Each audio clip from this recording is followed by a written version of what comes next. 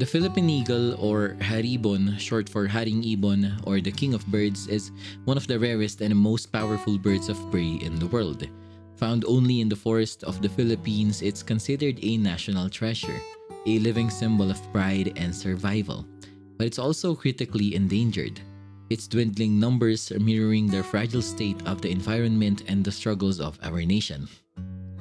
Mikhail Red's Birdshot takes this majestic creature and turns it into more than just a wildlife. It becomes a mirror, a metaphor that reflects corruption, justice, and the dark truths hidden beneath society's surface. Babalik ako.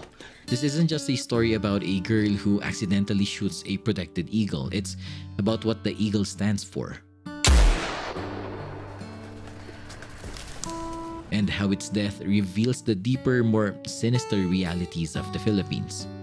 Today, we'll discover how the mistake of one innocent girl leads to the realities about injustice that our nation tries to cover up. Let's talk about Birdshot. Let me tell you the story. We meet Maya, a 14-year-old girl living with her father Diego on the edge of a forest sanctuary. Sino mag-aalaga sa'yo?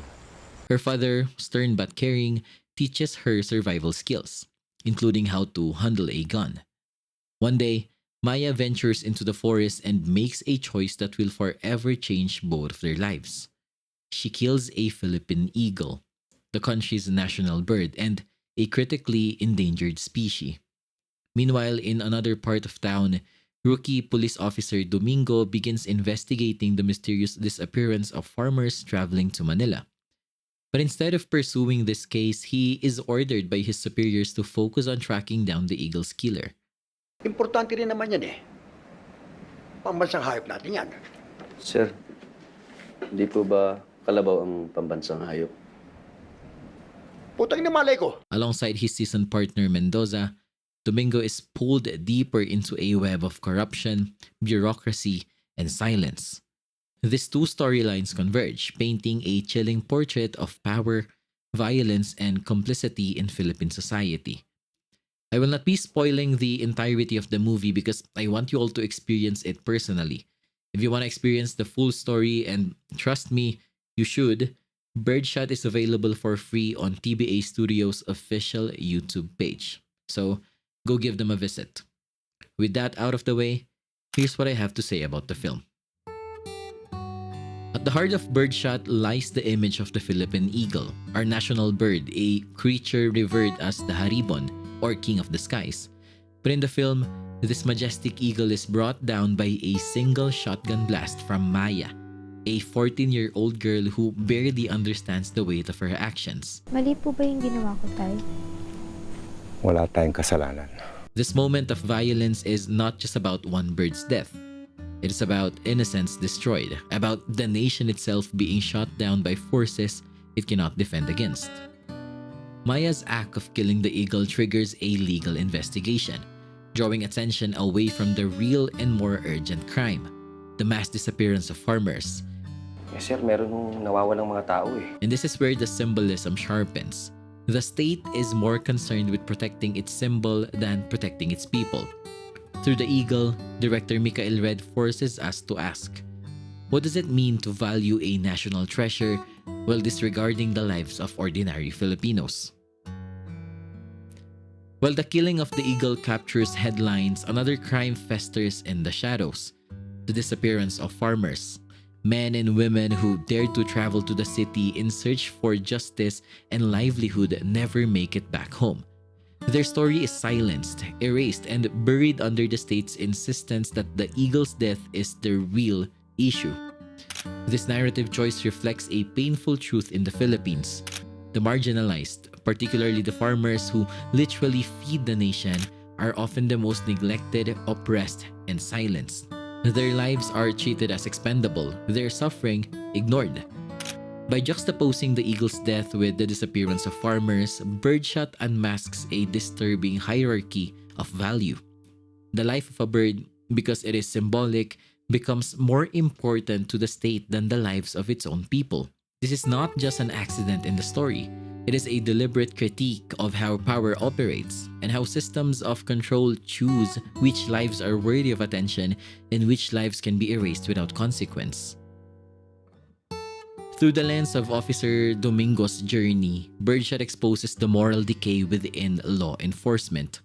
At first, Domingo represents the ideal policeman, young, eager, and committed to doing his duty. Talagang ayos na ayos ka. Hindi ba dapat? Uniforme to eh. But as he digs deeper into the farmer's disappearance, he collides with a wall of silence and intimidation from his superiors. Instead of protecting the people, the police become tools of oppression, maintaining order not for justice, but for the interest of those in power. We witness how corruption seeps through every level of the institution, leaving no room for conscience or truth. Mendoza, Domingo's seasoned partner, embodies this normalization of abuse. For him, planting evidence, covering up crimes, and following orders without question are part of the job. Domingo, caught between moral duty and survival, gradually realizes that resisting the system could cost him not just his career, but also his life. Hindi ako pwede dito. This theme resonates deeply in the Philippine context, where stories of extrajudicial killings, cover-ups, and systemic abuse are tragically familiar. Birdshot forces us to confront this cycle of violence, where those meant to uphold the law instead perpetuate fear and silence. At its heart, Birdshot is also the story of Maya, a young girl whose childhood is stripped away the moment she pulls the trigger on the Philippine Eagle. What begins as a mistake born out of ignorance soon spirals into something much darker, as she becomes entangled in a world of death, secrets, and survival. The eagle's death becomes a metaphor for her own transformation. No longer a child, Maya is thrust into a reality where violence is not only unavoidable, but in some twisted way, necessary to endure. Her relationship with her father underscores this cycle. Diego teaches her how to wield a gun to protect herself, but in doing so, he unknowingly prepares her for a future marred by blood and loss. This theme reflects the tragedy of a nation where the next generation is forced to inherit trauma and violence rather than hope. Maya's story isn't just personal, it's symbolic of countless young lives caught in systems that devour innocence. By the end of the film, we're left to ask, can the cycle ever be broken, or will each generation be forced to bear the same scars as the last? Birdshot is more than just a thriller about a missing bus or a dead eagle. It is a mirror held up to the Philippines, exposing the fragility of justice, the abuse of power, and the painful cycles of violence passed down from one generation to the next. Through Maya's eyes, we witness a nation where innocence can be weaponized, where survival often comes at a devastating cost, and where the cries of the oppressed echo louder than the guns that silence them. The Philippine eagle, the haribon, or the king of birds, becomes the ultimate metaphor. Majestic, rare, and endangered, much like the ideals of freedom and justice themselves. Mikael Red doesn't just tell us a story, he leaves us with a haunting question. In a country where the eagle falls and the people are silenced, who will rise to break the cycle? Will it be you? Or will it be me? Saan tayo mag-uumpisa kung ang meron lang tayo wala? Lahat naman nagsisimula sa wala ah.